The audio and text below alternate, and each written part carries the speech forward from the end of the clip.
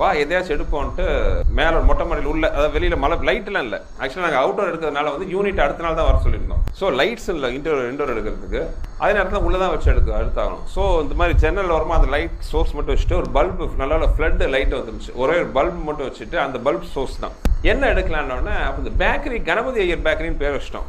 உண்மையாகவே அதான் அதுக்கு ஒரு லாஜிக்கை வைக்கலான்ட்டு இந்த மாதிரி இந்த அக்கா காமெடி விஷயம் அப்போ உட்காந்து பேசுனது.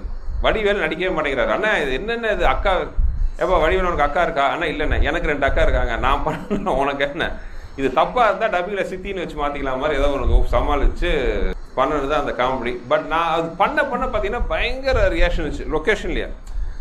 எப்பவுமே பார்த்தீங்கன்னா நம்மளோட முதல் ரசிகர்களே பார்த்தீங்கன்னா லொக்கேஷனில் நம்ம டெக்னீஷியன்ஸ் தான். அந்த எஸ்பெஷலி காமெடி பார்த்தீங்கன்னா அவங்க ரசிச்சாங்கன்னா ஆட்டோமேட்டிக்காக வரும். இதுலேயே பார்த்தீங்கன்னா கிரிலேயே பார்த்தீங்கன்னா ஒரு ஷார்ட் சிங்கிள் ஷாட் வரும். எத்தனை பேர் அடித்தாங்க மொத்தம் ஒருத்தன் தான் கூப்பிட்டான் அப்புறம் அந்த மாதிரி லென்த்தாக வரும்.